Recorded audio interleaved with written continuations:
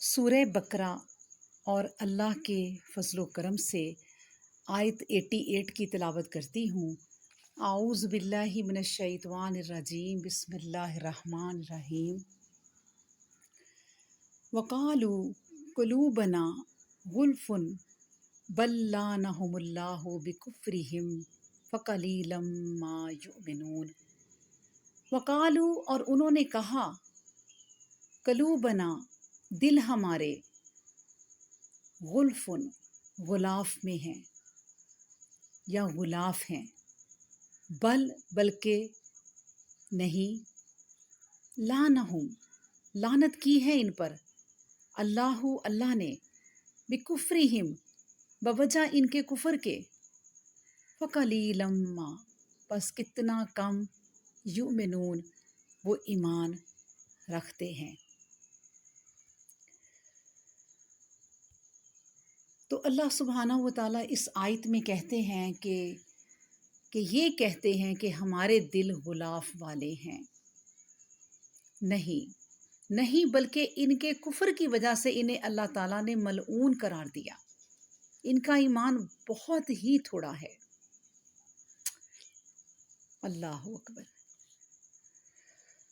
اب دیکھیں کہ ان لوگوں نے امانت کے ادا کرنے میں ہمیشہ خیانت سے کام لیا۔ وہ سر سے لے کر پاؤں تک گندگیوں اور نجاستوں سے بھرے ہوئے ہیں۔ غلف اغلف کی جمع ہے۔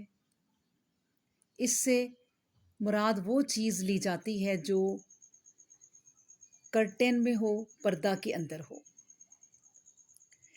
اسی اعتبار سے آیت کے معنی یہ ہوئے کہ وہ لوگ اپنے آپ کو قرآن کی تعلیم سے بے نیاز خیال کرتے ہیں اور غرور و تکبر کی بنا پر اس سے روگردانی کرتے ہیں۔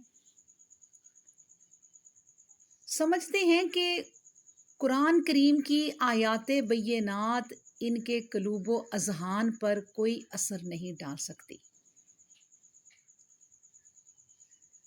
ابن عباس رضی اللہ عنہما کہتے ہیں کہ غلف بزم اللام غلاف کی جمع ہے۔ یہودی کہتے ہیں کہ ہمارے دل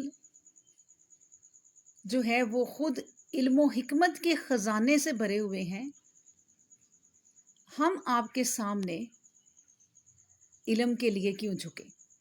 اللہ اکبر۔ گویا ان کا یہ کہنا علمی خیانت ہے، ان کا یہ کہنا علمی خیانت ہے اور جان بوجھ کر از راہ تکبر علم کو علم کہنے کے لیے تیار نہیں، اور جو کچھ ان کے پاس ان کی ڈیزائرز ہیں، خواہشات ہیں، اسی کو علم کے نام سے یاد کرتے ہیں۔ ایک جگہ اللہ سبحانہ و تعالیٰ قرآن پاک میں فرماتے ہیں سورۃ المومن میں کہ فلما جاءتہم رسلہم بالبینات فرحوا بما عندہم من العلم وحاق بہم ما کانوا بہ یستہزئون۔ یعنی جب ان کے رسول واضح دلائل لے کر ان کے پاس آئے تو انہوں نے اپنے علم پر ناز کیا، فخر کیا، اور اسی عذاب کے پھیر میں آ گئے جس کا وہ مذاق اڑایا کرتے تھے۔ اللہ اکبر۔ اب دیکھیں جن لوگوں کا یہ دعویٰ ہو کہ وہ مذہبی امام و پیشوا ہیں، ان کے پاس اللہ کی کتاب ہے اور بغیر حساب کتاب کے جنت میں وہ داخل ہوں گے، تو پھر ان کا اولین فرض یہ ہونا چاہیے کہ وہ ہر وقت حق بات ماننے کو تیار رہیں اور اس کو اسی طرح لبیک کہیں جیسے بھوکا کھانے کو اور پیاسا پانی کو لینے کے لیے لپکتا ہے۔ مگر ان بدبختوں کی حالت یہ ہے کہ ایسی صحیح تعلیم کو قبول کرنے سے انکار کرتے ہیں جو دنیا و آخرت کی ترقی کا ذمہ لیتی ہے اور